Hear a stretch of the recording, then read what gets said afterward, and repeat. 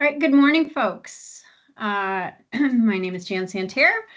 I am the Urban and Community Forestry Program Director at the Maine Forest Service. I'm going to be moderating the program this morning. Thanks for joining us to our spring 2025 Emerald Ash Borer update for municipalities, foresters, arborists, and anybody else who is interested in learning about the topic of EAB.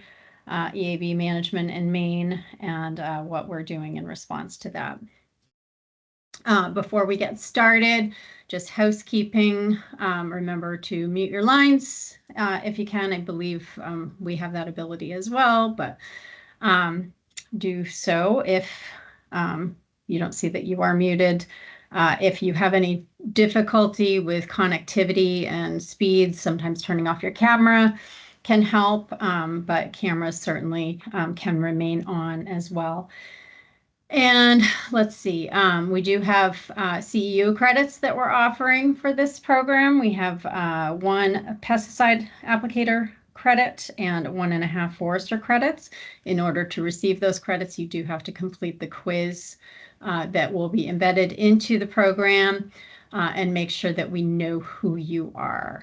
If you pop up as just a telephone number or are identified by a name that is not your full name or not, it doesn't correspond to your actual name on your licensing information, then you'll need to let us know that. You can do so by emailing myself, emailing Amy Emery, or emailing one of the general inboxes, forestinfo@maine.gov or foresthealth@maine.gov. And just lastly, we are recording this, and by participating, you consent to being recorded. So this morning we have a couple of different presentations. With the March of EAB throughout the state, we figured it would be nice to hear from some entities that are outside of that core infestation area. So we have invited Jesse Wheeler from Acadia National Park, and then Ben Aruda and Sophia Cameron from the city of Bangor. First up on the agenda is Jesse. Jesse is the Vegetation Program Manager at Acadia National Park. He's been there since 2019, and his focus works on invasive pests and plants at the park, and correspondingly to maintain native plants and protect them and restore native vegetation. So I'm going to turn it over right away to Jesse. Thank you for being with us. Thanks, everyone. Yeah, thanks for inviting me to this. And I think this is my first time, hopping on to sort of the updates for the cities and municipalities and towns. So I think what I'll do is just, give a brief outline of kind of what we've been doing at Acadia National Park for monitoring for this pest with emerald ash borer, and just some of the kind of, highlights of recent detections and going through that, and kind of what our plan is now to move forward. So I'll do that. As folks are familiar with Acadia National Park, most of the Acadia National Park is on Mount Desert Island with the 4 townships there. So we have Bar Harbor, Mount Desert, Southwest Harbor, and Tremont, as well as a portion of Isle Ho, and then the Scudic Peninsula, South Winter Harbor. We've actually been monitoring for emerald ash borer at Acadia for over a decade, and we've been doing so using purple prism traps and green funnel traps with Maine Forest Service and APHIS. We've also been doing girdle trap trees for about that period of time, co-located usually around where we have high visitor use and campgrounds, like with firewood. And so far we haven't found any emerald ash borer. We still have not detected any in the park. Acadia has 3 campgrounds. So one campground, very busy one, is at Blackwood, that is in the town of Mount Desert, kind of south of Bar Harbor. We also have Seawall Campground on the west side, or in Southwest Harbor, west side of the island, and then Scudic Woods, which is by the Scudic Peninsula, Winter Harbor. We have been messaging for visitors and campers coming in to buy your wood locally. to kind of to burn it where you buy it. And we've been kind of messaging also with knowing when emerald ash borer came into the state, especially in 2018, thereabouts in 2019, to try to increase our outreach on our websites. And so actually Sophie Cameron helped to author some of those initial web publications, web articles, and then on our website, kind of really amping up our non-native pests section of our website and some of those web articles. We have now an updated one since the detection nearby. And so then to kind of step back to like, what do the forests look like at Acadia? So it's largely a coastal spruce fir dominated forest type throughout the area. We have less than 1% of the forest is comprised of ash. Most of that is white ash. We have a lesser amount of green ash, and then statistically really no brown ash. There might be a couple in the park. And what we've been also doing for kind of preparation for emerald ash borer and just further knowledge about where are our ash resources in the park, we've been working on mapping using remote sensing data through our partners, Schoodic Institute at Acadia National Park and the U.S. Forest Service, to help us understand more precisely where stands of ash or concentrations of ash might be in the park, so that we can look at that for health decline, as well as being able to identify areas where we might want to take some management action. So that's been ongoing. We actually started that a few years ago when hemlock woolly adelgid came onto our scene and was detected in the park in 2022. But we knew that we were, looking at invasive pests that were coming onto the landscape, and so we wanted to increase our response plan effort in essence. And to do that, we wanted more of an update from our broad vegetation map, which was done a little over 20 years ago. It has some nice classifications of different forest types, but to really understand where all of our ash were, we needed to have we wanted update mapping there.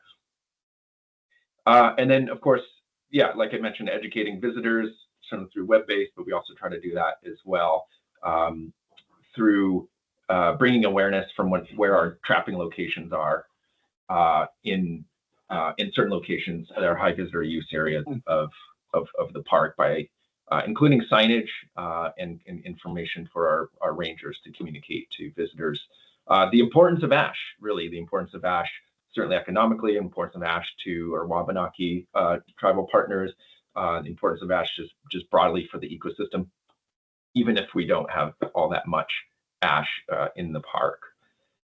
So then that kind of brings us to the detection of EAB in March of this year, which was in Downhill, which is to the west side of Bar Harbor. That was, again, not in Acadia National Park, but just a mile or two away from sort of our nearest boundary.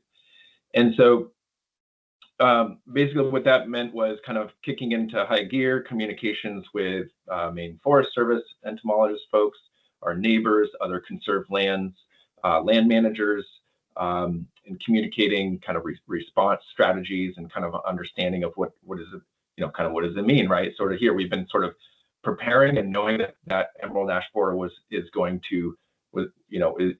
be certainly throughout the park and MDI at some point. This came maybe a couple years earlier than I was hoping for, but that's kind of how things go. It's nice that so far that's been the only detection, or at least location, but it's still early. And so what does this mean now? So we are certainly obeying and getting out the communication internally for our groups to stay within the new quarantine, which encompasses all of MDI ostensibly. And so what does that mean for best practices for our own arborists and trail crews and facilities folks for moving wood materials around?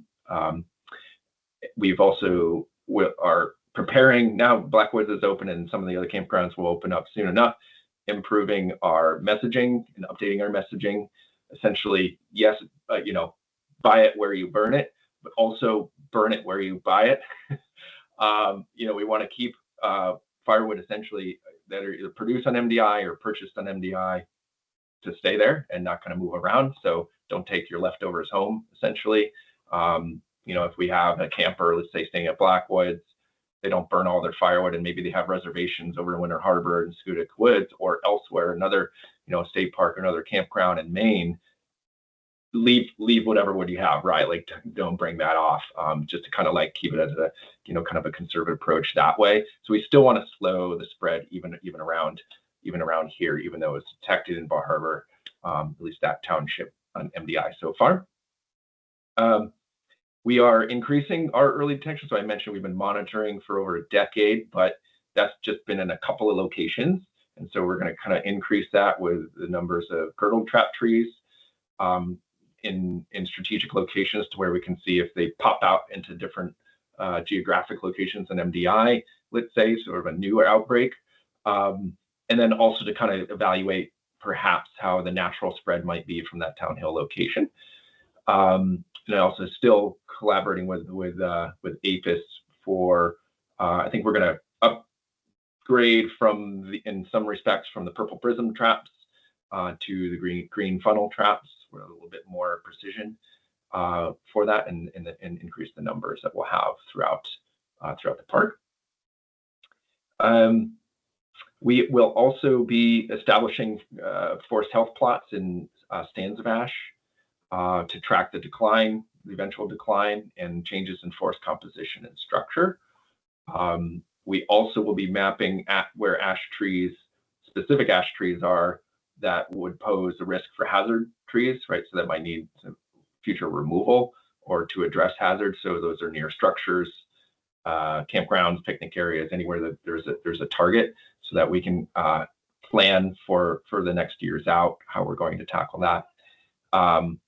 Other mapping efforts of where we have some areas of ash that have multiple generations, and also maybe specific ash locations, individuals, where those are, so that we can, and more characteristic of those ash stands, so that if we ever were to consider biocontrol or stem injections, if deemed necessary, we have as much as information as we can within that.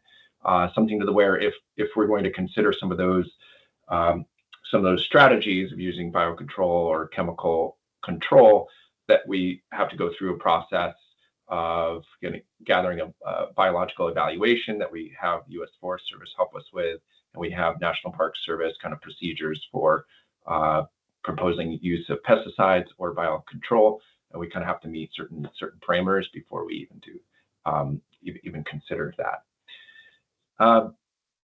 And I think so kind of where we're at now is, increasing some of the awareness, updating our web articles and presence on our website, so that if visitors coming from out of state, which often folks will directly, and perhaps if they skip a lot of the information that the state of Maine is already providing at many locations, that if they're coming in kind of blind, so to speak, they kind of have the best understanding as possible.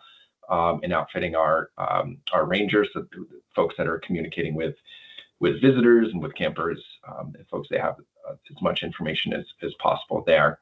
So I think that kind of wraps up where we're at for now. I think certainly communicating with Maine Forest Service and again some of our other neighbors and partners that are looking to take certain methods and certain strategies to really respond to EAB beforehand, before it's even detected on their property, or within their ash trees. We're going to be kind of understanding what kind of the collective response might be on MDI, and so that's something that we're going to continue again to improve for what our response plan may look like, and that is something through this calendar year we hope to have a better indication on where we're gonna be faced with. I think maybe I'll pause there.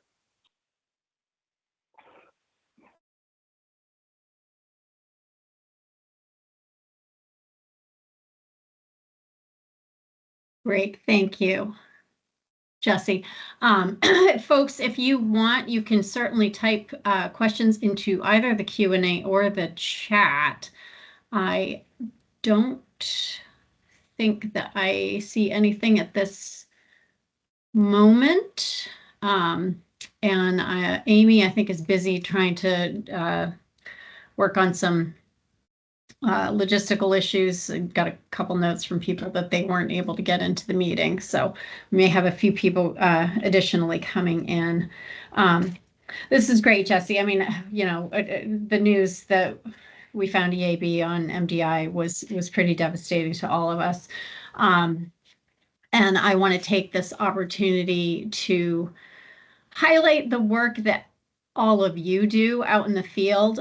We've had 2 detections in essentially the last couple of months that are significant, and significantly, certainly the detection on MDI was outside of our existing quarantine. Another detection, which Mike and I will talk about a little bit later in this program. I don't know that we've sent out an update. Blow it, Jan. What? Oops. You tell me not to blow it. But in Belfast, both have come to us from arborists' observations. So I just want to, you know, thank all of you for the work that you do in the field. You make our jobs a lot easier. As Jesse articulated, Acadia has been monitoring for emerald ash borer vigilantly from the very beginning, you know, from prior to our first detections that we had in Maine. It is not for a lack of looking for the pest that we didn't find it there. It's just that the pest is very good at hiding from us.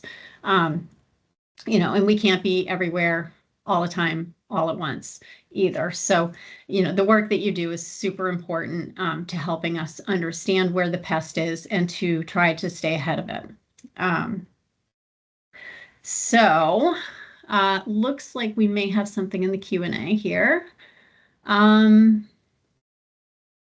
So Don Tenney asks, does the low percent of ash on MDA reflect any sort of distribution gradient of ash trees from the coast to farther inland? And is low ash presence typical for the coast? I would say that's a great question. I would say it is typical of the down east coast anyhow, kind of where we have this band, you know, kind of east of Penobscot Bay up to the Canadian border, where it's the kind of this coastal spruce fir forest type. And, you know, we have, you know, historical disturbance regimes like anywhere, but certainly a lot of folks may remember the fire of 1947 that burned a tremendous amount of forested lands in Bar Harbor, Mount Stewart, kind of half of MDI. So we generally speaking tend to have on the western side of MDI still very much dominated by spruce and fir forest with a little bit of mix of hardwoods. And then the eastern side has a blend, kind of where the fire was, has a bit more of that ash, beech, birch, kind of early successional response, aspen as well. So I would say it's typical of this part of the coast. I should say that while it's still less than 1%, we do have pockets. We just mapped about a 7-acre stand of ash that had about 80% of canopy ash, you know, dominant in there. So there are sections, there are pockets where there will be a significant portion of the canopy still are ash. And so again, those are kind of the areas that we're looking to map and set up some long-term monitoring of, right? So if the canopy decline happens as such that it'll probably likely mean drastic change to the understories. And so we want to kind of see how that change is going to occur. But I believe, yeah, I forget what the percentages for the state. Yeah, Mike or Jan know, but it might be only 2 or 3 or certainly, you know, one hand percentage of ash within the state. But we're not in a high ash forested area.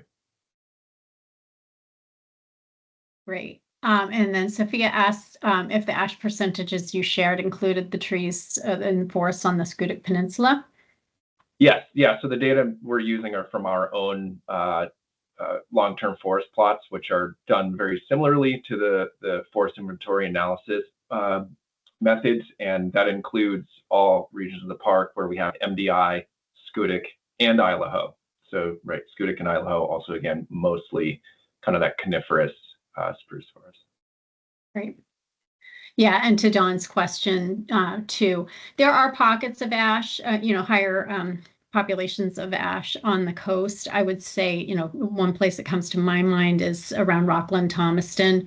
There's some fairly significant ash populations there. I'm sure in other places along the coast as well. But as Jesse said, statewide, I believe the average is still around 2% of our total forest population. Mike or somebody from the FIA crew could correct me there.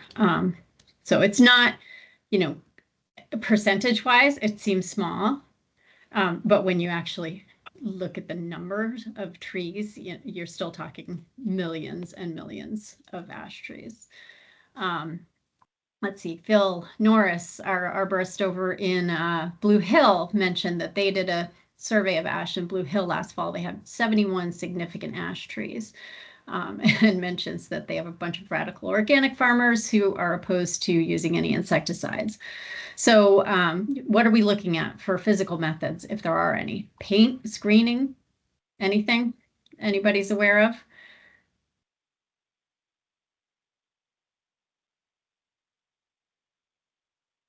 We can, I think, probably address that a little bit later in the program too, Phil. Mike and I might be able to talk about some alternative methods. I know we're pretty focused on, especially where it comes to protecting significant ash, that we are using the most effective methods, and the most effective methods that we know right now are the injections of the emamectin benzoate.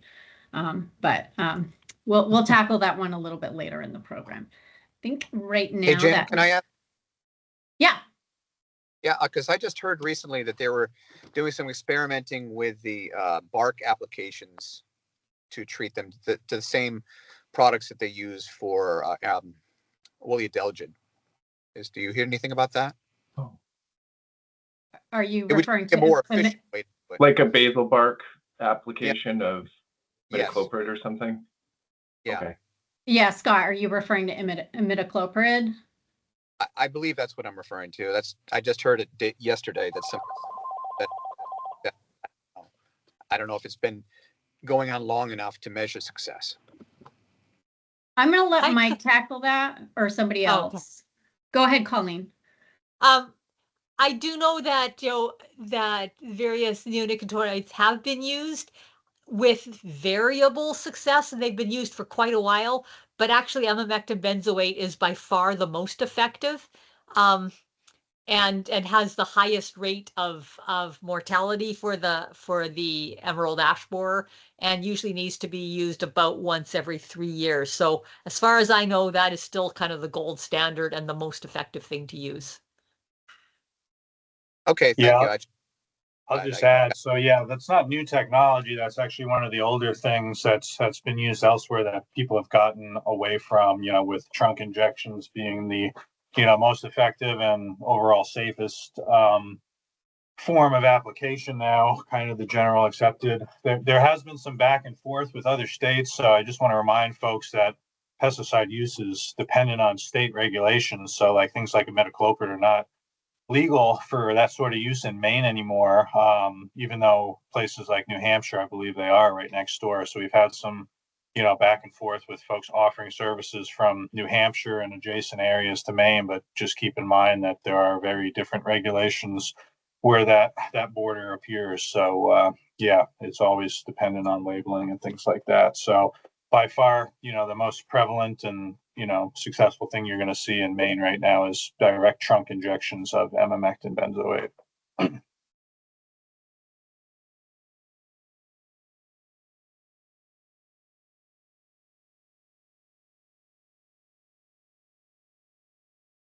Dan, I think you're on mute. You're muted. Sorry about that. I try to be conscientious and block out background noise. Is there GIS data publicly available or other mapping for significant mapped ash trees, such as the ones mentioned in Rockland and Thomaston? And this, I would say, Jesse, this is not necessarily specific to you. I did actually have a question about mapping of ash trees for you myself. And Mike might be able to discuss this too. We do have a dashboard on our website for detections, not necessarily of the inventory data. I don't know what's publicly available as far as FIA goes to drill down into that data and see, where you have locally higher populations. Again, Mike and others on the call could add to that. But I was curious, Jesse, I know you mentioned remote sensing for detecting ash populations. Are you using any of the like hyperspectral imaging or different types of imaging that have been advanced in the last year so that we can pick up like leaf signatures so you can actually look at the species composition? Yeah, that's precisely it. And I'll say we, and it is not myself, so I don't have the expertise in that, but that's absolutely what we were, what the team has used to gather information on where some of these species are, as well as canopy health. So something to like kind of get a little sense on nitrogen component. So we're still kind of like field testing a lot of these areas, but it and it actually kind of depends on which tree genera or species we're looking at and maybe how accurate that is. But that's sort of MDI wide that we have that, or actually kind of this part of the coast, as well as an effort around the Katahdin Woods and Waters area. So again, this is sort of a project with the Schoodic Institute and then U.S. Forest Service using different, so both hyperspectral imagery from the International Space Station, but then also aerial imagery. So a couple of different methodologies being used to help us with the presence of these species of trees, or kind of the dominance, I guess we could say, kind of what the relative cover would be, as well as we kind of wanted to get, even if this isn't always as specific to the species, but what canopy health looks like, because if we can isolate an area that is declining in canopy health, but it may not be something that's on our radar that we are visually seeing, then we can respond to that. So again, it's not like an every year kind of thing. It's using the available data that we might have. In this case, it's a couple of years old now. Yeah, that's great. I was really pleased to hear that the Schoodic Institute was working on that. Some great advances in the science to detect where our populations are, and like you said, the health of those, and perhaps maybe another tool for early detection. Okay, so I'm going to pause questions here, and we're going to move on to the next portion of the program. Next up, we have Sophia Cameron and Ben Aruda from the City of Bangor, presenting on the EAB management plan for the City of Bangor, as well as updating us on their management strategies for wooded parcels that the city owns and manages with their public works forestry staff. So Sophia is a Master's of Forestry student at the University of Maine in Orono, and within the School of Forest Resources. She was a summer intern for the City of Bangor Forestry Division, and she is the author of their City of Bangor EAB response plan. And Ben Aruda works for the City of Bangor. He is their forestry manager, graduate of the University of Maine at Fort Kent within their forestry program, and he is a state licensed forester. So welcome to Sophia and to Ben. Thank you. Hi there. Thank you so much for having us. So how this is going to work is I'm going to talk for probably too long. Ben's going to laugh at that. And then Ben will take over and talk about our forested parcels. But let me just share my screen so I can get this presentation up. If someone could let me know if you can see that, that would be great. Okay. Yeah, perfect. We got you. Yep. Okay, excellent. So, hi, as Jan said, I'm Sophia Cameron. I'm a Master of Forestry student at the University of Maine School of Forest Resources. And for my master's project, I've been working to develop the Emerald Ash Borer Response Plan for the city of Bangor, Maine, in partnership with Ben Ruda, who is the city forest manager, as well as the Department of Public Works, Parks and Rec, etc. So let's just dive right into it. I want to start, if this will work, I want to start by familiarizing you all with the complete street and urban tree inventory that we completed in the summer of 2024 for the city of Bangor. This was quite the undertaking, but it allowed us to make some really specific recommendations for the city, which I think sets this plan apart, is because we have such recent data about our street and urban trees. This required that myself and 3 other interns from the University of Maine walk every single street in the city of Bangor with Samsung tablets and record points in ArcGIS's Field Maps app. Anecdotally, on the right here, you can see that this is pretty much well, not every street, but this is the white erase map that we use to keep track of where we had been every single day. And it was a little chaotic to look at, but it did end up working out for us. And then over here on the left, you'll see that there are 2 panels from ArcGIS's Field Maps. One shows kind of what we would call our tree points. So that includes the tree ID, the species of the tree, and then the nearest address of the tree. Should the GPS points not be working in the future, we can still find where these approximately should be. And then we would take an inspection at every tree, which would include the time and who was there to do it, as well as the diameter. And we would do a condition inspection for every tree, with 0 being a failed tree and 4 being like an excellent tree with little to no canopy loss. So a 3 would be considered good, which is greater than 60% canopy with no major defects. We were also then able to record whether or not each tree had any intrusions, either over utility lines, houses or buildings, streets, sidewalks, if roots were growing in places they shouldn't be growing. And then on a case-by-case basis, we could make determinations of whether or not a tree needed to be pruned, removed, or have other maintenance performed on it, which essentially will help the forestry division in the future keep track of all the things that they're doing. The idea being that every time you walk up to a tree from now on, you do an updated inspection on it.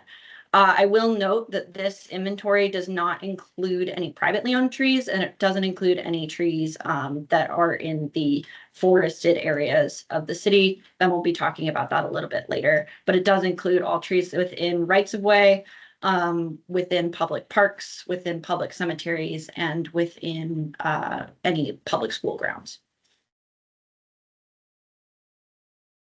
So this is the map that we ended up coming up with from that urban tree inventory. On the left, you'll see that it is all of the trees. There's a dot density map. You can see that the publicly owned trees are very much focused on this downtown area. So that's mostly street trees. And then in pockets of neighborhoods planted along roadways. There were 8,574 trees inspected in 2024. 1,854 of those were an ash species, primarily green ash. However, there were some white mixed in, but I don't believe we captured any brown ash on our urban inventory. And those are all reflected here on the right. So that's about 20% of the urban canopy that is ash species. We used iTree Eco, which is an awesome tool for municipalities if others are hoping to do this work. It kind of breaks down what you have just by putting in a spreadsheet and gives you some great reporting on things like ecosystem services and where your trees are located and stuff like that. But I will point out, this is the breakdown of the most important species in our tree inventory.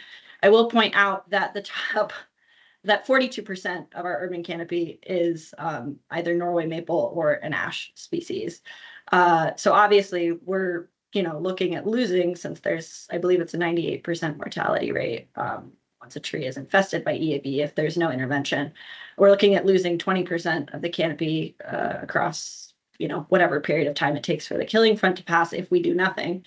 And then we also have an invasive tree species as the other 22% of that 42%, which they're no longer allowed to be planted in the state, I don't believe. And they also are now, most of these were planted at the same time. So they're now over mature growing in places they shouldn't be growing. Norway maples are super susceptible to wind and ice damage. So you get a bunch of trees that are falling over and need to be removed anyway. Another thing to point out is that this, again, is the top 10 list of the rest of these. None of them are over 10% of the canopy. So I would classify this as a very non-diverse urban canopy, which creates a lot of problems when you have species-specific pests and pathogens come to the state.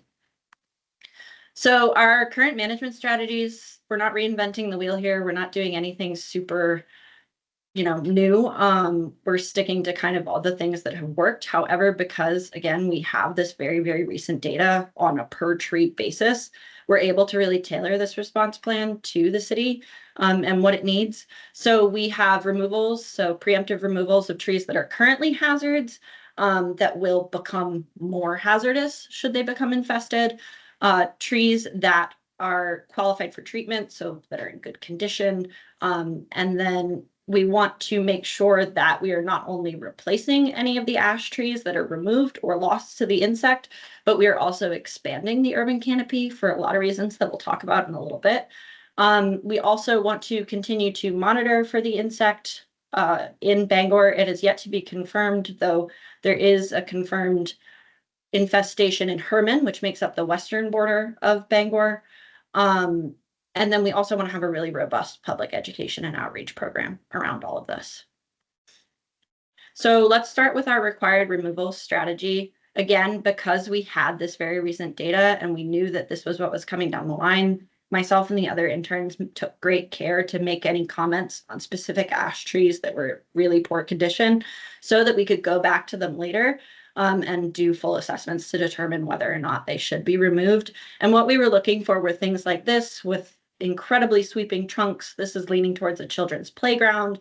There's this bulge in the middle of the tree here that is either from some sort of internal rot or a branch broke off at some point. We have this one here, which has some exposed roots. I think this thing might be in the way. Has some exposed roots here that have been hit by a lawnmower. The base has also looks like it's been damaged by a lawnmower. We have some light blonding up the trunk. And the whole thing is leaning towards an uninsulated top wire of a utility line. So if branches and leaves were to start falling off of this, that's a fire hazard. It's also leaning towards the road, so it could fall over the road. So once we walked up to these trees, I'm not going to spend a lot of time going through this, but because it looks crazy. But we would put them through basically this flow chart to bin them into one of 4 groups, where the most hazardous trees were ending up in removal group 1, which are trees that need to be removed as soon as possible, or the least hazardous were ending up in removal group 4, which could wait 4 to 5 years to be removed, but still are not eligible for treatment and do pose some risk to this public.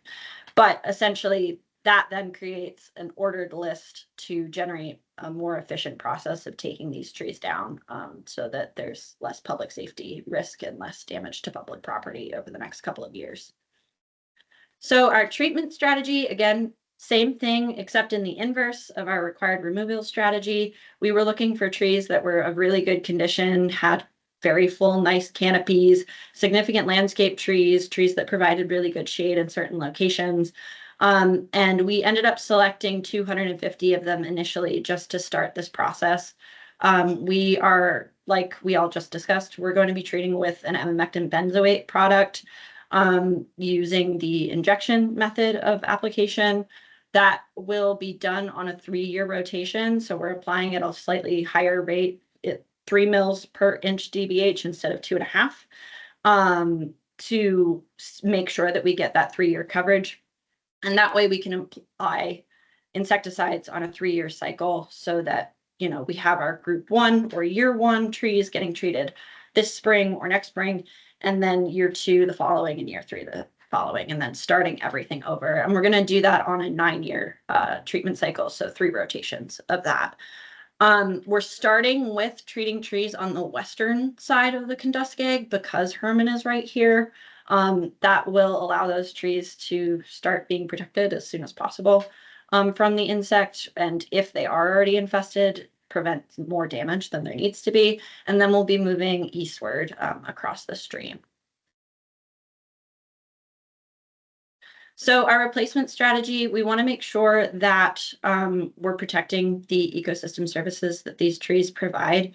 A lot of this is stuff that people don't really ever think about when they think about urban trees. However, they can be assigned monetary value and are super valuable in making Bangor a nice place to live. So that can be things like reducing obesity levels or cardiac disease levels because people are outside exercising more, managing stormwater by absorbing some of it. They've been shown to increase property values, reduce stress, filter air pollution, cooling as climate change continues. Reducing the urban heat island effect is a major thing that we're going to rely on our trees for. But with that being said, we don't want to just blatantly disregard kind of the elements of an urban structure. We want to make sure we're planting the right tree in the right place. I'm sure a lot of you have seen scenarios like this in places where you live, where no one was really planning ahead and they decided to plant a tree that can grow to be 60 to 70 feet tall underneath telephone wires or utility lines. And we've got a lot of that in Bangor as well.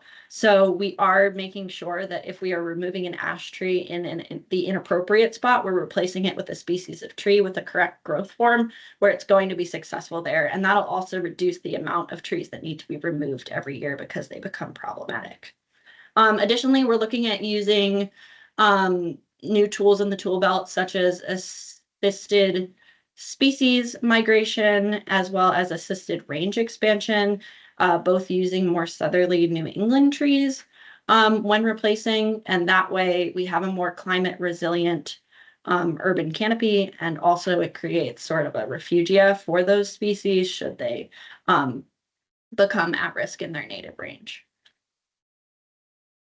We also want to continue to monitor for EAB. Like I said, it's not yet confirmed in the city. This is actually a picture from Acadia National Park because I don't have our own, but I believe Ben did girdle some brown ash along the Herman border. He can tell you a little bit more about that this past summer, and those trees will be removed either this summer or the following to look for emerald ash borer activity in the upper canopy.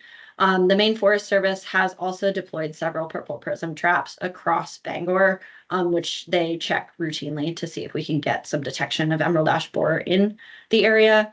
We also have a program that is already in use by the city called See Click Fix, powered by Civic Plus, which essentially right now allows people to report things like potholes or downed limbs to the city so that they can be checked on by city workers. However, we have also added a feature where people can report their privately owned ash tree components to the city. And that way we can start to get an idea of how much privately owned ash there is within the city. And additionally, we'll be adding another component where people can self-report emerald ash borer to the city. And then that would be verified by a member of the Forestry Division.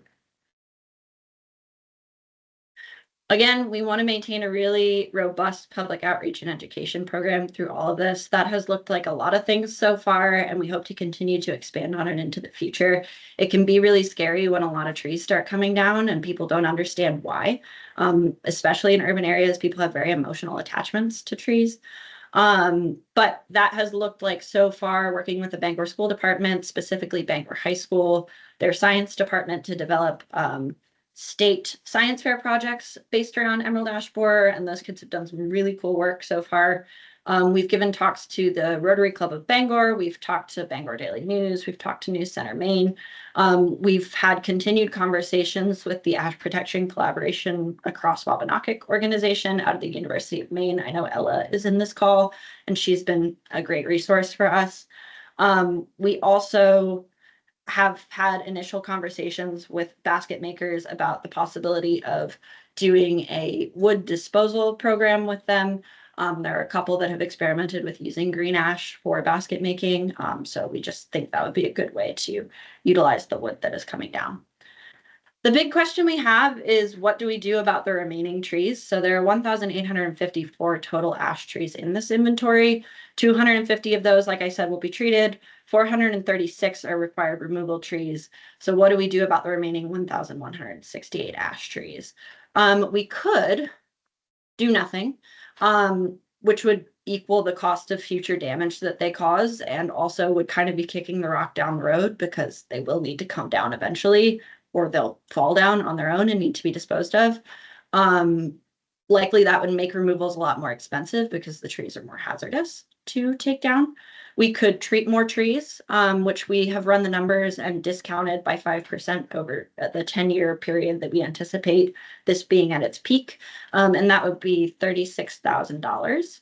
And then we could remove more, which would be $582,000 discounted over 10 years again. But that does not include the price of replacing those trees, let alone expanding the urban canopy from that point on. And it also is estimated for in-house removals, which is unlikely that the forestry division can keep up with that kind of volume. So it would likely be that we have to also hire a contractor, making it more expensive. Additionally, these 1,168 ash trees, if my numbers are correct, have a value in ecosystem services of over $7 million across the same 10-year period. So should they be removed, or should you do nothing and allow them to die, we would also be forfeiting that value. So right now we're leaning towards the idea of possibly treating more trees over the next couple of years, but we would also love to know your thoughts on this. So hopefully I didn't talk too long. I'm going to transition over to Ben now. But yeah, any questions, please let me know at the end. All right, thank you, Sophie. So we're quite lucky with the city of Bangor. There's several surrounding municipalities that do not have the luxury of having a forestry division. Despite the fact that we are very small, my division, at least as far as dedicated tree people, consists of myself, a arborist candidate, and then a groundsman currently. We're working to fill some of those voids so we could get additional staff to deal with some of the items that Sophie's talked about, and kind of looking towards the future to kind of better improve some of the trees and tree services that the city of Bangor does. So I'm going to overview what municipal property management looks like. So just like any other municipality, town, city in the state of Maine or nationwide, the city of Bangor has a diverse array of properties that they manage. It goes through various different departments, through Parks and Rec department, Bangor School Department, fire departments, all different departments that you can imagine. The city of Bangor currently manages 361 properties, and those range in size from the half-acre cemetery park over on Buck Street and West Broadway to Bangor International Airport, which is that large green area to the lower left of the screen. And that airport complex is just over 1,400 acres. We also own property and manage properties such as the concert venue downtown that I'm sure some of you have attended, as well as the Cross Insurance Center through lease agreements and management agreements with contractors. But Parks and Rec oversees those properties as well. City Bangor also maintains school department properties, and then 4 municipal cemeteries. Outside of Bangor, we have land holdings within 2 towns. Hamden, we have a 16-acre, we call it a snow dump, but it is engineered depository for our downtown snow removal. That gets deposited and goes through various layers of filters before it goes through and goes into Penobscot River. Winterport, we have a pit that we used to get aggregates out of. That is 174 acres. But total land holdings within the city of Bangor is just under, or just over 3,400 acres. So quite a diverse array of properties, just like any other municipality. Just like Acadia National Park, within those multitude of properties, we have to identify the high use areas where some of these methods that we're talking about and kind of focus those efforts in the high use areas, and not so much on a tax abatement parcel that was given up to the city due to not paying taxes. Focus on kind of the park aspect of it. So this summer, between Sophie and myself, we are looking to establish in wooded parks fixed interval, variable radius inventory plots, much like you would do for a standard woodlot assessment and conduct management plans, things of that nature. So those are going to be looking to capture, the standard 3% cruise of the property, just so we can get an idea of, stand densities, stand composition, and where our hot spots of ash trees are. And because it's going to be two of us conducting it, we're going to just focus on larger trees and then do a cursory check for regeneration, different than forest inventory and analysis plots, which have fixed diameter or radius plots for regeneration. One of our high goals, not sure if we can get to it because there are a lot of trails within the city of Bangor. We're looking to get a permanent inventory and tagging completed of all the hiking, biking, walking trails that are not included within the City of Bangor's urban tree inventory. And what that is going to look like is any principal ash tree that is greater than 8 inches diameter at breast height that is within, falling distance of a trail. Obviously, we're not going to get every single tree along those trails, but having some general idea of where large principal ash trees are within those trails and getting some specifications on them is a great item to have. Going to talk a little bit about one of our most popular parks within the city, and this is the Roland Perry City Forest. I visit it quite often, a couple times a week, while at work, not while at work. It's a great place to recreate. There's over, I believe, 14 miles of hiking trails throughout the city forest, and then also the VZ railroad bed, which connects all the way out to Orono and eventually Old Town. So a pretty large corridor. It's also the only access point to the adjacent Orono Bog Boardwalk. You can see that there over on the east side of the city forest. The main parking area is located right off of Tripp Drive, and if you've ever tried to go there first thing in the spring or in the summertime, you can kind of understand how busy that park is, because usually people are parked all the way out almost to Stillwater on Tripp Drive. It gets quite a bit. Not unlike the rest of most of northern Bangor and most parts of central Maine, it's a mesic property. So what that is it's a very damp environment, plenty of water. So that supports a pretty high concentration of brown ash, and we have actually conducted light seed removal of brown ash with APCAW and other individuals involved with that, and looking to preserve some of that with our management activities looking in the future.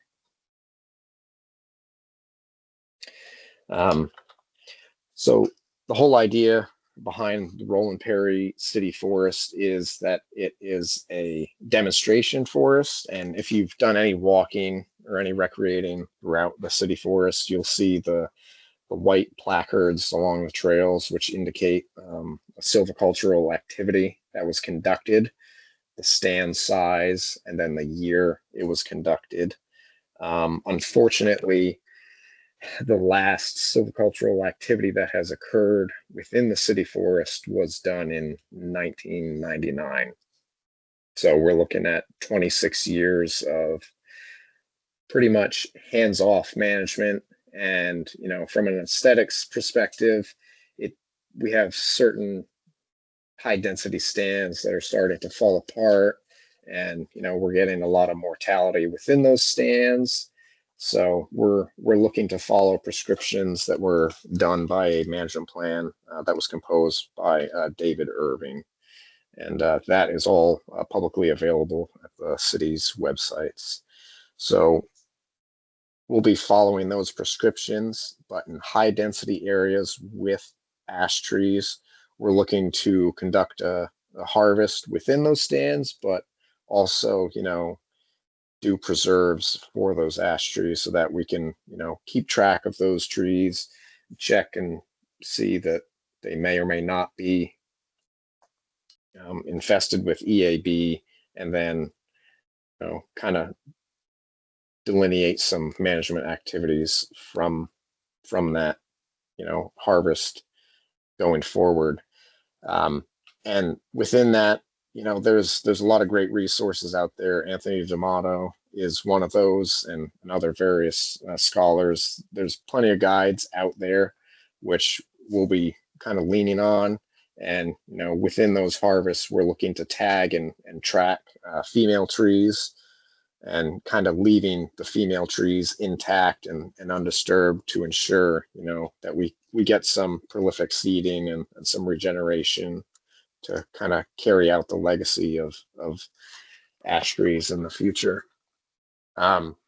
Just like some other stands within central Maine and New England, we're really looking to limit the amount of beech that we are going to release.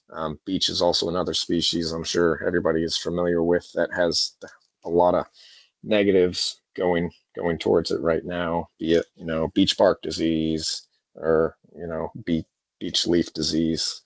And that can kind of come on just like a light switch. When I first started in 2023, there was maybe one or two beech trees within the city forest that had notable signs of beech leaf disease. And, you know, last year, click of the finger, it was pure stands of nothing but beech leaf disease.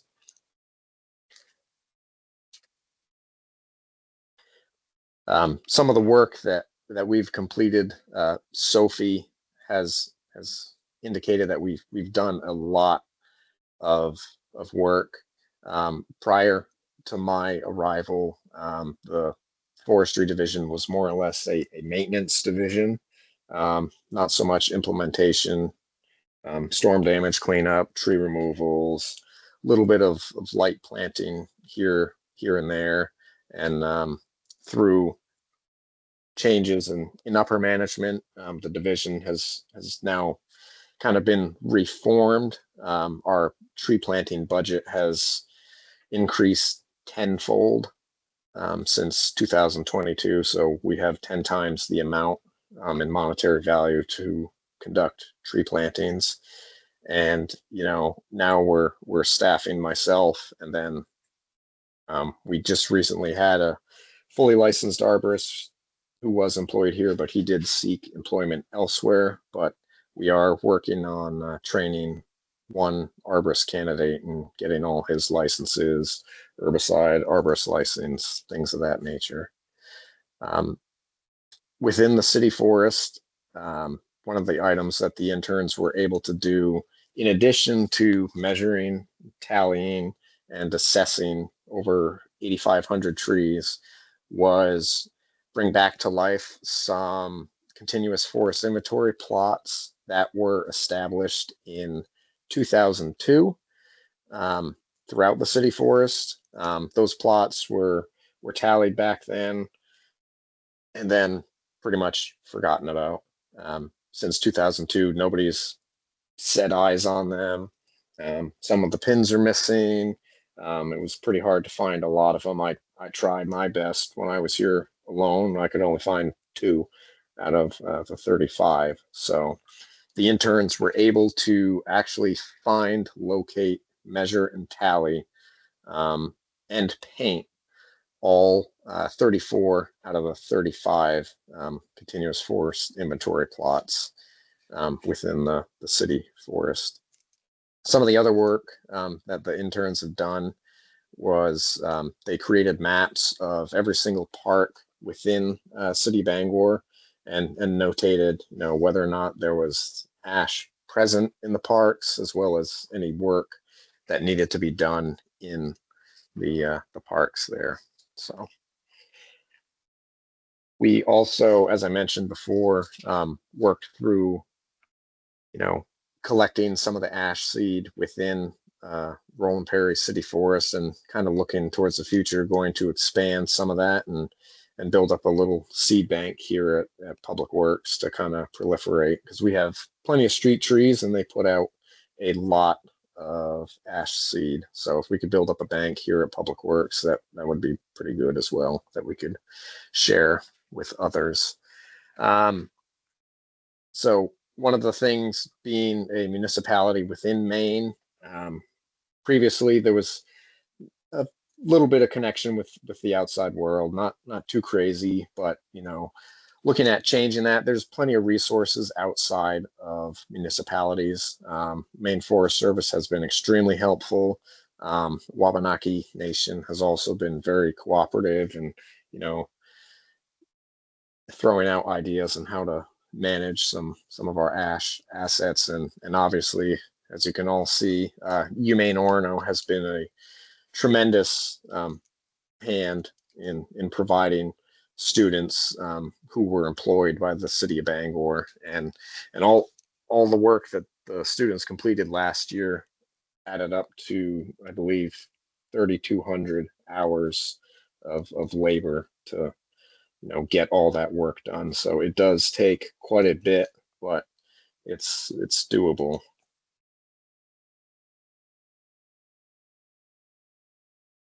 And I think at this time, Sophie and I will take any questions. Thank you both. That was outstanding. Really great overview of what you've been up to and what your plans are. In the chat, a few, first off, I want to point out that Amy has posted the quiz link into both the Q&A and into the chat. So if you're expecting CEUs, make sure you complete that. We've got some questions that are coming in that I think are a little bit more general, and then others which are more specific to you guys. So I'm going to focus at this time just on you guys. So Jake Meyer asks, in your calculations, Sophie, for the removal of trees, have you tried to factor in at all any income that could be generated from wood utilization? For the required removal trees, no, because these are trees with like really significant defect that would not necessarily be marketable to sell. In terms of wood use disposal, a way to calculate that I'm just thinking of now and didn't make it into the plan just because of timeline of all of this. We do intend on figuring out a way to set up a wood bank for the city of Bangor, for the public, just city of Bangor citizens, so that the wood is staying within the area.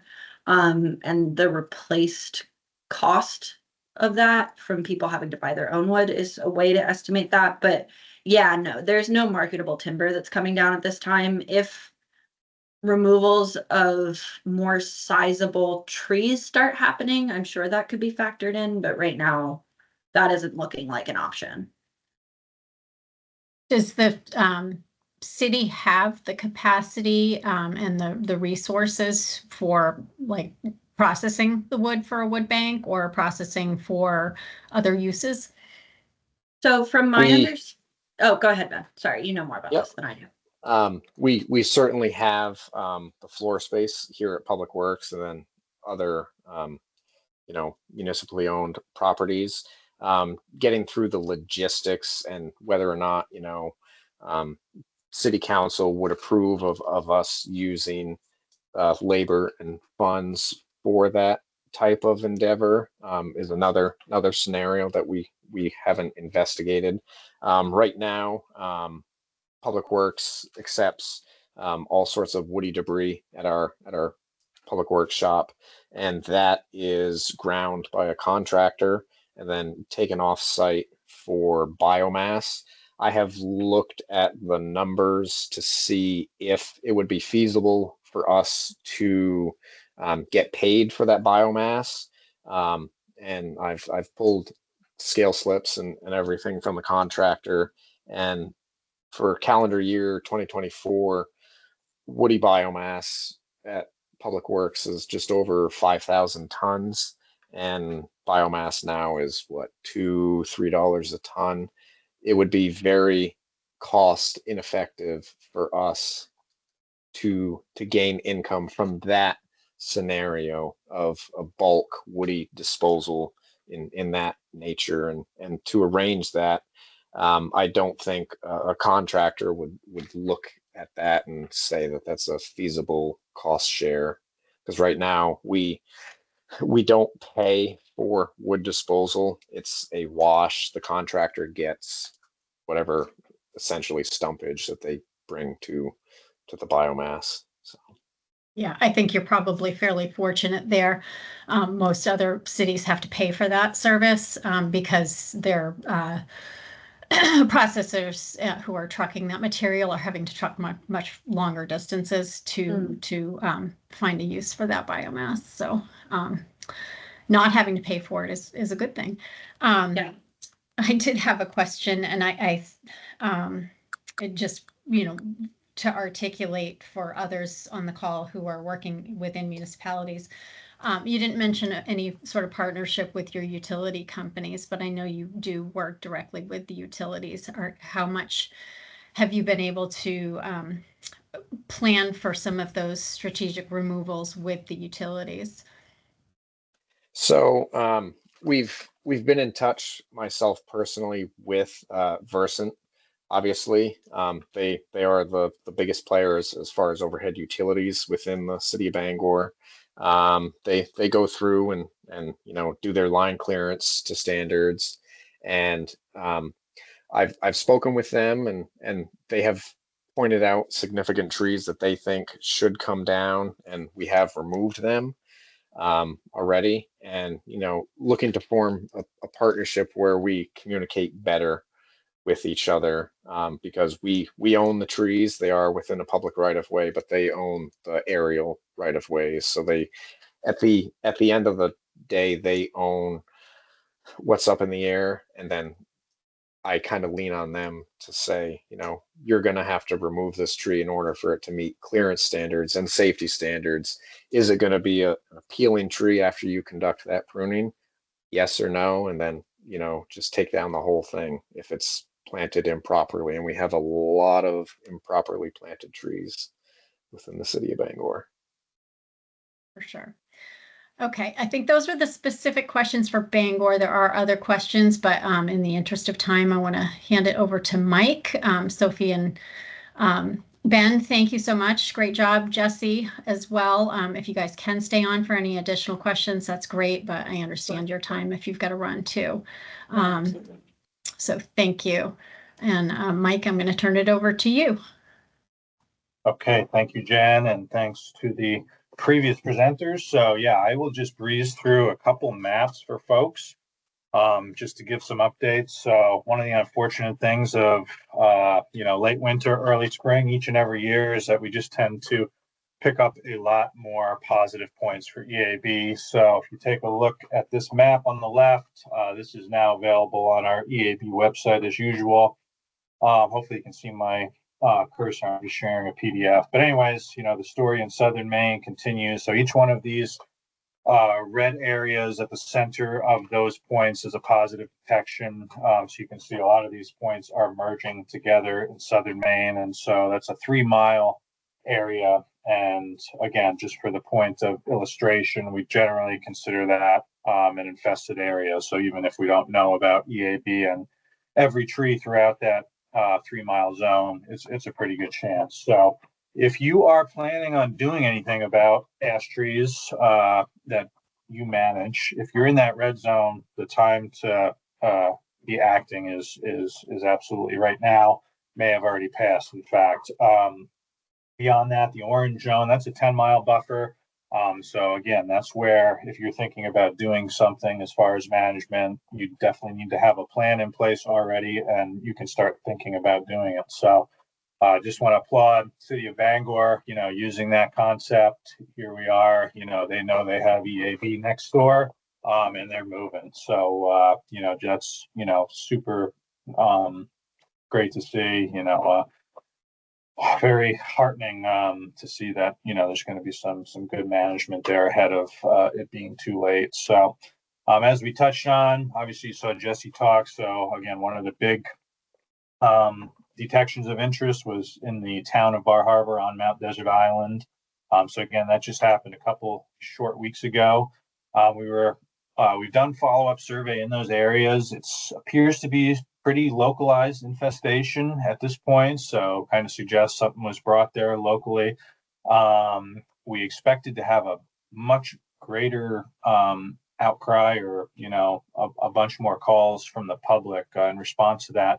We really didn't get much volume. So aside from what we've done on the ground, we're just kind of waiting and seeing if anybody in that general area does pick up the phone and reveal to us anything else before we make any regulatory decisions. So for the time being, just to point out, given the unique geography here, we have put Mount Desert Island as a whole under quarantine, so no ash products or hardwood firewood can leave Mount Desert Island for the time being until we adjust the overall quarantine boundaries, which again will come when we have some more information. So, and then the other big piece of news you heard was just this past week. We do have a detection of emerald ash borer in the town of Belfast. Again, not anywhere in the populated village, city. It's on the east side of the river here, so right off of Route 1, in a very popular area for summertime recreation, things like that. So again, we're waiting for some fallout from that.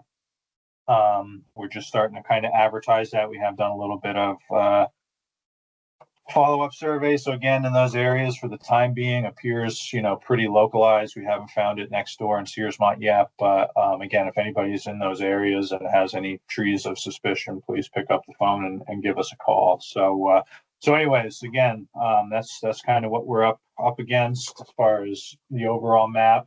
And one thing I just want to bring to people's attention, this is a new tool we've got online now. So aside from that static regulatory map, this is an interactive tool. Anybody on this can access. So again, it's a clickable map, so we can just take a look at individual towns.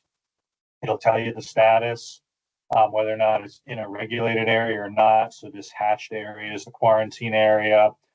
Again, we can take a look at Bangor. We know we don't have any detections yet, but we can see right next door, town of Herman, has something active. So here you can see the years of detection. So it's been in Herman for a couple of years. So again, great that Bangor has a plan in place and is moving forward. So unfortunately, some of these recent detections in 2025 appear to be isolated.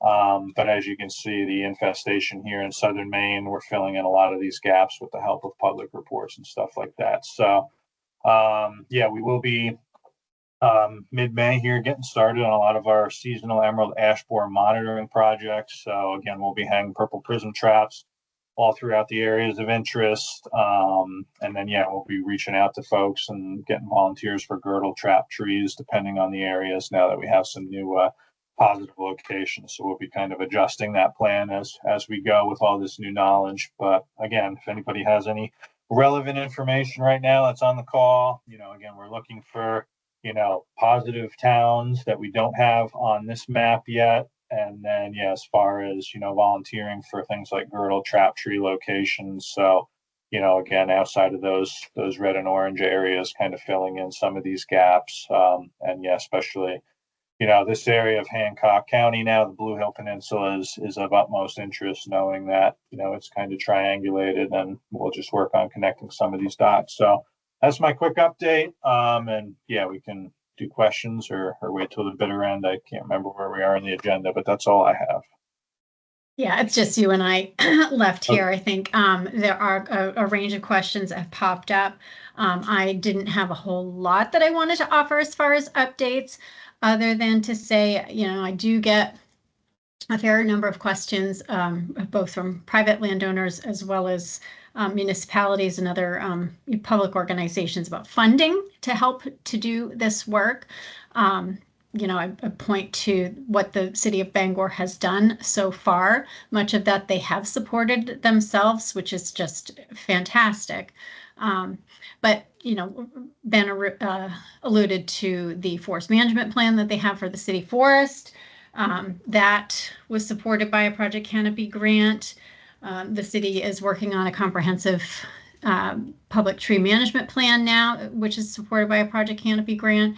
And they've done a range of other programs, including, just general planting and maintenance type of work throughout the city. And I imagine that some of that work upcoming will also be supported by some of the funding that we have with the Maine Forest Service. Things are a little bit up in the air right now. So for those of you on the call that are accustomed to the Project Canopy grants being offered, kind of late winter, early spring, that timeline has been stalled while we wait on hearing about our federal funding stream. But we do anticipate that we will be announcing availability of funds, hopefully within the next couple of months. And again, that work can support everything that we've been talking about here, from the inventory, doing the iTree analysis, to the management planning and the actual work to take trees down, to replant trees, and to treat trees. I did post in the chat a link to the iTree Open Academy. This is a learning platform with other folks that they offer every year. And it's a great resource to learn about iTree. Sophia had mentioned iTree in her inventory analysis. So that's a tool that comes from the U.S. Forest Service and partners to help evaluate your street tree resource and come up with some of those numbers regarding the ecosystem benefits for trees too. Let's see, other updates. I think that was it that I had. So I think we'll tackle questions now. I did see Phil had asked about the rate at which EAB spreads. So he'd asked if it spreads, essentially on its own versus, Yep. not on its own. Mike, you can tackle that one. Yeah, I'll take that one. I did give you a response in the chat, Phil, but just for everybody's knowledge, you can't see it. So typically the rule of thumb is emerald ash borer is really only going to spread naturally, a mile or two a year. So it's a very capable flyer. It doesn't tend to make these long range dispersals. It is possible, from flight mill studies, they can fly 5 to 10 miles an hour, which would be the absolute exception. So yeah, again, we just kind of operate in that rule of thumb, where it's just a couple miles per year. So again, we're still learning about some of these new satellite infestations. Initially that always points to a human caused movement. So yeah, they're not going to move 20 miles on their own. Again, these are kind of, areas where there's a lot of potential recreation and, we're preaching to the choir, but yeah, that firewood risk movement is just as valid, day one as it is, since, 5, 6, 7 years into our story here in Maine. So that risk hasn't gone away, and it still has allowed for some bigger jumps. So yeah. Jake asks a question about sprouting. It looks like water sprouting. Can you use sprouting to bridge the time gap from the time when the tree was infected to the sprout being large enough for the borer to attack, to walk back, I guess, is what he's asking, when the tree was infected? I'm not sure if is that the question? I mean, you can read it yourself. That's the way I. Yeah, let us know if we're not understanding it right, Jake. But as far as, we have another question from Natalie about symptoms. So as far as water sprouts, epicormic sprouts, that is one of the earlier symptoms. So again, before we ever get to woodpecker damage, feeding on larvae, D-shaped exit holes, we're going to typically have some sort of physical, decline in the tree. So that's going to come in the form of, the dieback of maybe some major branches in the canopy, some top-down dieback. So canopy decline is usually paired with those water sprouts at the earlier stages, kind of indicating the tree is experiencing stress. And then again, we had another question about oviposition. So a lot of this early life cycle, first couple of years when EAB infects a mature tree, is all happening up in the branches and the canopy, kind of out of sight, out of mind. So that's another reason it's so hard to detect. It's really not until you get down, probably 3+ years, 4 or 5 years of infestation, which is kind of the upper limits for green ash and white ash as far as years of infestation before they die. That's when you start to see those symptoms, D-shaped exit holes, woodpeckering up and down the whole trunk at eye level. So by the time you're having symptoms in the trunk where you can observe them at ground level, you're pretty close, probably within a year or two at the end of the tree's life. So that's kind of the progression. So it's matching all those things together. So you can say if you're seeing dieback and water sprouts, and then you later discover that tree is positive, it's probably been infested for a couple of years, would be a safe bet. So another question here about requesting purple prism traps. Maybe run through the range of monitoring tools that we have and what individual citizen scientists can do. Sure. So as far as purple prism traps, it's such a big program. We don't take requests for individual traps usually. We tend to rely on stuff that is easily accessed because these have to go up, fast. Depending on the situation, it's possible we might knock on your door if you have a good site. We do that, but we don't tend to, there's 200 traps that go up, so we can't really afford to pick and choose all 200 sites. It's a lot of driving and random setup at a good site, whether it's a roadside tree, public lands, places we've used before, existing relationships with homeowners. So, it's not a super effective tool.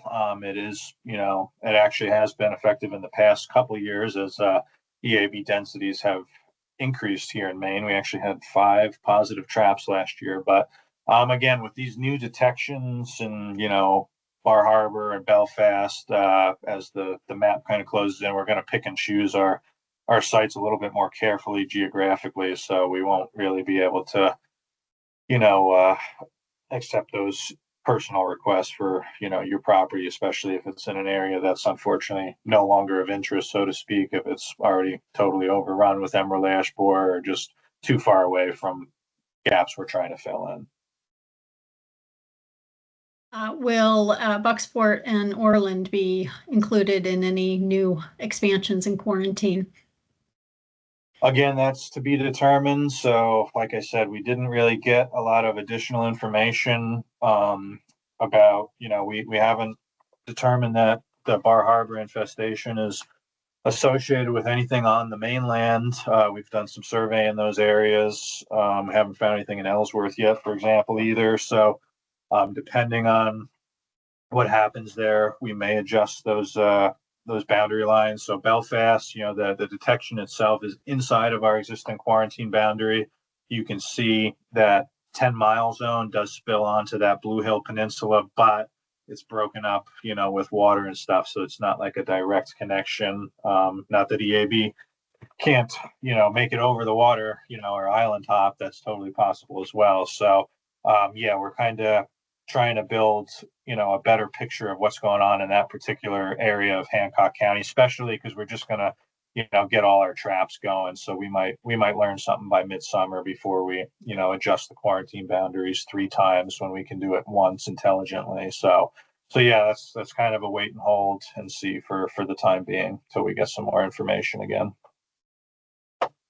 Yeah, and I would say, Jake, too, on the Ellsworth side of things, the city is pretty actively monitoring as well. They've got some resources. They are also made available through Project Canopy grants. So they're using those resources to enhance their monitoring efforts. Amy mentions again the quiz link. If you haven't done the quiz, check the quiz for your CEUs. Please do so. Jake does mention something about, when you detect ash, if or detect EAB in ash, if it would make sense to cut the tree down and utilize the sprouts that generally come after cutting those trees as replacements. I would say, Jake, as far as an urban tree goes, that's not going to be a good course of action because those water sprouts are very poorly attached and not going to make good street trees. In a different setting, that might be something that you would do, but I don't know that that is necessarily the best course of action for management of the pest. They looked at that in the Midwest as a management tool and black ash, brown ash, wetland areas, because of that concern of losing the canopy and then having the water table change. I think they found they could get reliable suckering and sprouting, but it wasn't really a long-term solution. Once those sprouts get to a certain diameter, they're also vulnerable to EAB. So they've looked at it. I don't think anybody's looked at it recently or in this part of the world based on those. They've tried basically everything in the Midwest first with its EAB history going back to right around 2000. So I think that's a Nate Seegert study out of Michigan, but I don't remember how it turned out. But I don't think it's a prevailing tool, Jake, as a future management tool. But if you have your own woodlot and you want to play around with it, that shouldn't stop you. So we're almost done here. Natalie Curry does have a question in the chat for initial ID, EAB, and ash. Are we generally looking at dying parts of the tree and D-shaped exit holes, or any other things that we should be looking for initial detection? So I kind of wrapped that into that other response of overall. Okay, all right, sorry about that. And stuff. So that's okay. I think we got it. Everything Natalie was looking for in that one. Okay, sorry, I'm jumping back and forth between the Q&A and the chat. I think we've tackled all the questions. If you have a question that we didn't get to, or you have an additional question, you can certainly feel free to raise your hand or come off mute and ask your question too.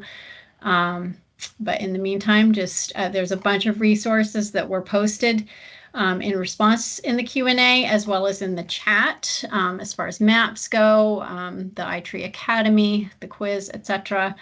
Please make yourself acquainted with those resources. You can acquaint yourself with a lot of information that's on our website, on the EAB portion of our Maine Forest Service website. We have a lot of tools, guides, etc. Posted there. You just sometimes have to do a little bit of digging, as you do in most government websites. But again, thank you for your time. Amy's popped off camera. Amy, you want to add something? I do. I'd like to say, well, thanks for coming, everyone. And the quiz link will be open until tomorrow night at midnight. And the recording of this webinar will be available online probably sometime next week on the YouTube page. Excellent. Okay, that's all I had. Keep going. Yeah. No, that's great. No, thanks everybody for your time. Let us know if you have any questions, comments, responses. We are here to support you. So have a great Monday afternoon. And thank you to our presenters. Amazing.